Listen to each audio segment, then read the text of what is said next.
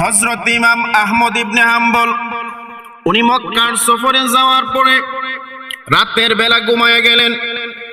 ঘুমের মধ্যে উনি স্বপ্ন দেখতেছে যে হাসরের ময়দান কায়েম হয়ে গেছে। হাসরের ময়দান যখন কায়েম হয়ে গেছে, উনি ঘুমের মধ্যে স্বপ্নে দেখতেছে হাসরের ময়দানে সকল মানুষ হাজির হয়ে গেছে। আদম নবী থেকে শুরু করে ইসরাফিল আলাইহি ওয়াসাল্লাম সিংহায় ফু দেওয়ার আগ পর্যন্ত যত মানুষ এই দুনিয়ার মধ্যে ছিল, সকল মানুষ ওই হাসরের ময়দানে উপস্থিত হয়ে গেল। এমনকি আমি আপনি ওখানে উপস্থিত হওয়া লাগবে, সকল সাহাবা কেরাম উপস্থিত হওয়া লাগবে, উলিয়া উলিয়াগণ উপস্থিত হওয়া লাগবে। ওই হাসরের ময়দান কায়েম হয়ে গেল। হযরতে আহমদ রহমাতুল্লাহি আলাইহি বলেন, হাসরের ময়দান যখন হিসাব নিকাশ শুরু হয়ে গেল, এবার আমার হিসাব শুরু হয়ে গেল। আমার হিসাব শুরু হওয়ার পরে আমার আমল নামাটাও ডান হাতের মধ্যে দিল। ডান হাতের মধ্যে দেওয়ার পরে আমি সুন্দর করে ডান হাতের মধ্যে আমল নামাটা নিলাম। আমল নামাটা যখন ডান হাতের মধ্যে নিলাম, এবার আমাকে বলা হয়েছে, যাও যাও আহমদ, তুমি জান্নাতের মধ্যে চলে যাও। হযরতে ইমাম আহমদ বলেন, আমি ঘুমের মধ্যে স্বপ্ন দেখতেছি আমি জান্নাত, এই ডান হাতের মধ্যে আমল নামাটা লইয়া আমি জান্নাতের তালাশ করতে শুরু করলাম। গেটটা কোন দিকে আমি তালাশ করতে শুরু করলাম। খুঁজতে খুঁজতে যাওয়ার পরে উনি কোনো গেট পায় না, জান্নাতের কোনো সন্ধান পায় না। এবার সকল মানুষদেরকে জিজ্ঞাসা করে, ও হাসরবাসীরা, এই জান্নাতের গেটটা কোন দিকে, তোমরা আমারে একটু বলো। হাসরবাসীরা ডাক দিয়া কই, ইমাম আহমদ, আপনি আমল নামা পাইছেন কিন্তু জান্নাতের গেট পাইতেছেন না। হযরত ইমাম আহমদ ফজিলাতুল ইস্তিগফার উনি কিতাব লিখেছেন, ওই কিতাবের মধ্যে উল্লেখ করেছেন উনি ওনার নিজের জীবনের ঘটনা। ইমাম আহমদ বলতেছে, আমি মানুষদেরকে জিজ্ঞেস করতেছি আমাকে জান্নাতের গেটটা তোমরা একটু দেখায় দাও। সকল মানুষ একটাই জবাব দিল, ওই যে সামনে একটা লোক দেখতেছ, ওই লোকটার কাছে জান্নাতের সংবাদ আছে, জান্নাতের গেটের সংবাদ আছে। সুবহান। সকল মানুষ ডাক দিয়া কই, ইমাম আহমদ, ওই লোকটার কাছে জান্নাতের গেটের সন্ধান আছে। ইমাম আহমদ ডান হাতের মধ্যে আমল নামাটা লইয়া একটা দৌড় মারলো। ওই লোকটার কাছে যায় দেখতেছি লোকটা বসে আছে। সালাম দিলেন, আসসালামু আলাইকুম ওয়া রাহমাতুল্লাহ। এবার উনি ঘুরে ওনাকে আবার উত্তর দিলেন, ওয়া আলাইকুমুস সালাম ওয়া রাহমাতুল্লাহি ওয়া বারাকাতুহু। ইমাম আহমদ বলেন, ওই লোকটা যখন আমার দিকে তাকাইলো, আমি ওই লোকটাকে চিনে ফেলেছি, মনে হয় কোথাও যেন আমি ওই লোকটাকে দেখেছি। এবার ইমাম আহমদ রহমাতুল্লাহি আলাইহি ওনার দিকে তাকায়া তাকায়া মুস্কি মুস্কি হাসতেছে, ওই লোকটাও মুস্কি মুস্কি হাসতেছে। এই মুহূর্তে ইমাম আহমদের ঘুম ভেঙে গেল। সুবহান। হযরতে ইমাম আহমদ ইবনে হাম্বল রহমাতুল্লাহি আলাইহি উনি এমন জ্ঞানের অধিকারী ছিলেন, এমন জ্ঞানের ভান্ডার ছিল তার ভিতরে। কোরআন শরীফের একটা আয়াত দেখে দেখে এক রাত্রের মধ্যে 100 মাসআলা বের করতে পারত। একটা আয়াত থেকে 100 মাসআলা বের করতে পারত এক রাতের মধ্যে। এত বড় একজন জ্ঞানী মানুষ, এত বড় একজন আবেদ, এত বড় একজন ইমাম হযরতে ইমাম আহমদ, উনি মক্কার সফরে উনি গেলেন। যাওয়ার পরে উনি এই মক্কার সফরে যাওয়ার পরে উনি রাতের বেলা ঘুমায়া গেলেন। যখন রাতের বেলা ওনার ঘুম ভেঙে গেল, এবার হযরতে ইমাম আহমদ রহমাতুল্লাহি আলাইহি মক্কার সফরে যাওয়ার পরে রাতের বেলায় ওনার ঘুমায় গেল।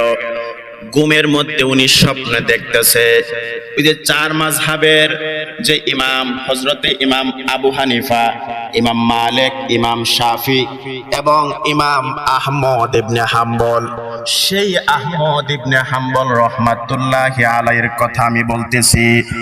হযরত ইমাম আহমদ ইবনে হাম্বল উনি মক্কার সফরে যাওয়ার পরে রাতের বেলা ঘুমায় গেলেন। ঘুমের মধ্যে উনি স্বপ্ন দেখতেছে যে হাসরের ময়দান কায়েম হয়ে গেছে।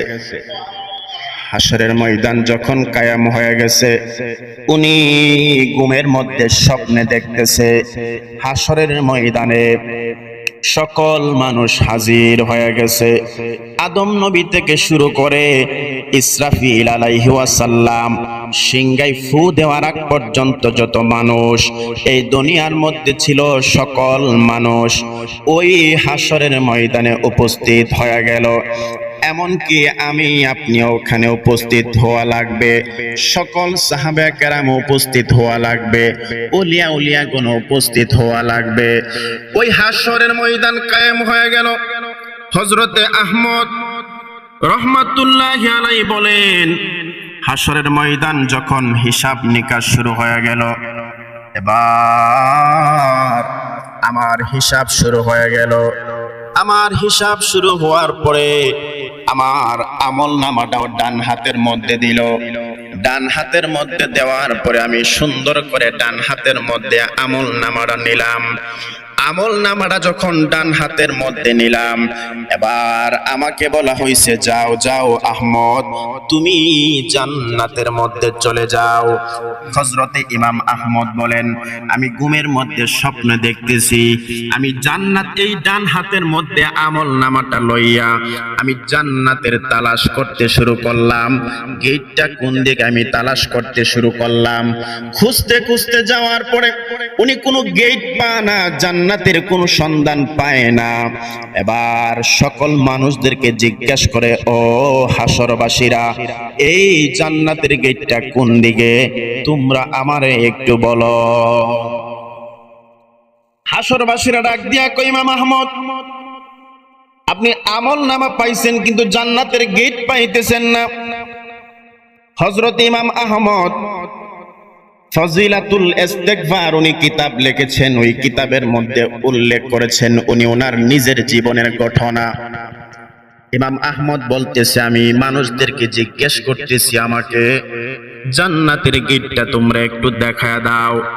সকল মানুষ একটাই জবাব দিল, ওই যে সামনে একটা লোক দেখতেছ, ওই লোকটার কাছে জান্নাতের সংবাদ আছে, জান্নাতের গেটের সংবাদ আছে।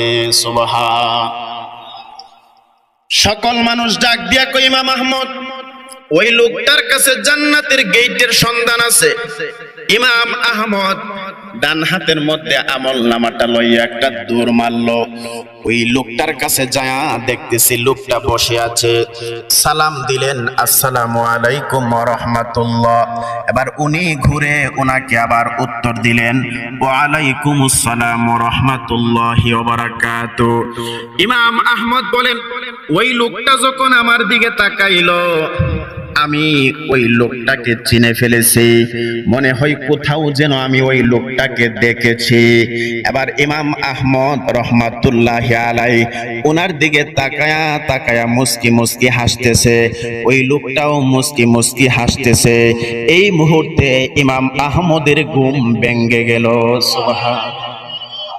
হযরত ইমাম আহমদ উনি আফসোস করতেছে, হায় হায়, আমি যদি আর একটু পরে আমার ঘুমটা ভাঙতো, আমি ওই লোকটা থেকে আমি জান্নাতের গেটের সন্ধানটা নিয়া অন্তত পক্ষে আমি ঘুমের ঘরে তো জান্নাতটা দেখতে পারতাম। এবার উনি এই আফসোসের মধ্যে পড়ে গেল। কিন্তু উনি খেয়াল করে দেখে, আমি যেই স্বপ্নের মধ্যে যেই লোকটাকে আমি দেখলাম, ওই লোকটাকে আমার পরিচিত মনে হয়েছে, ওই লোকটাকে আমার চেনা চেনা মনে হয়েছে। এখানে আমি থাকি, যে আমার সঙ্গে কথা বলে, আমার সঙ্গে চলাফেরা করে, স্বাভাবিক অন্য কোথাও তার চেহারাটা দেখলে আমি চিনতে পারবো। আর যদি আমার সামনে কখনো না আসে তাহলে আমি কোনোদিন তাকে চিনতে পারবো না। ইমাম আহমদ বলেন, আমি ওই লোকটাকে চিনে ফেললাম। কোথায় যেন দেখেছি। হঠাৎ করে ওনার মনে হয়ে গেল আমি তো ওনাকে হজের সফরে ওনার সাথে আমার সাক্ষাৎ হয়েছিল, ওনার সঙ্গে আমার কথা হয়েছিল। আর ইমাম আহমদ রওনা দিয়ে দিলেন ওই লোকটার তালাশে, স্বপ্নের কথাটা বলার জন্য, যে ওই লোকটা জান্নাতের সন্ধান জানে। কিন্তু আমি এত বড় একজন ইমাম, এক রাতে একটা আয়াত থেকে 100 মাসআলা বের করি, কিন্তু আমার কাছে ডান হাতে আমার আমলনামা থাকার পরেও আমি ওই লোকটার কাছে কেন আমার যাওয়া লাগলো? অবশ্যই ওই লোকটা আমার চাইতে আমলওয়ালা, অবশ্যই ওই লোকটা আমার চাইতে বড় আল্লাহওয়ালা। সুবহানাল্লাহ। হযরত ইমাম আহমদ ওনার তালাশে বের হয়ে গেল। সময়টা খুব অল্প, আমি সংক্ষেপ করে দিচ্ছি। ওনার কাছে যাওয়ার পরে ডাক দিয়া কয়, এই তোমার ওনার কাছে যাওয়ার পরে পরিচিত হইল। ডাক দিয়া বলতেছে, আমি মক্কার সফরে আমি ঘুমের ঘরে স্বপ্ন দেখেছি, আমার আমলনামা ডান হাতের মধ্যে, কিন্তু স্বপ্নের মধ্যে আমি আপনার কাছে গিয়েছি, আপনি জান্নাতের গেটের সন্ধান জানেন। আমাকে একটু বলবেন কি আপনি কি এমন আমল করছেন যে আমলের কারণে আপনি আমার ঘুমের ঘরে জান্নাতের সংবাদ নিয়ে বসে আছেন? লোকটা ডাক দিয়া কয়, আমি তো আর কোনো কিছু জানি না, আমি আপনার ঘুমের ঘরে কিভাবে যাব আমি তো বুঝতে পারি না, কারণ স্বপ্ন তো হইল আপনার, আমি বুঝবো কেমন করে? ইমাম আহমদ উনি বলতেছে যে আপনি আমার ঘুমের ঘরে আপনি কিভাবে হাজির হইলেন? এমনকি জান্নাতের সংবাদ আপনার কাছে আছে, জান্নাতের গেটের সংবাদ আপনার কাছে আছে, আপনি আমাকে বলেন আপনি কি করেন? ওই লোকটা ডাক দিয়া কয়, আমি রুটি বানাই, রুটি বিক্রি করি, মানে সাধারণ একজন মানুষ, রুটি বিক্রেতা। আমি আরেকজনের চাকরি করি অল্প বেতনে, আমি দিন আনি দিন খাই, আমি বড় কেউ না, তুমি যা ভাবতেছো আসলে আমি তা না।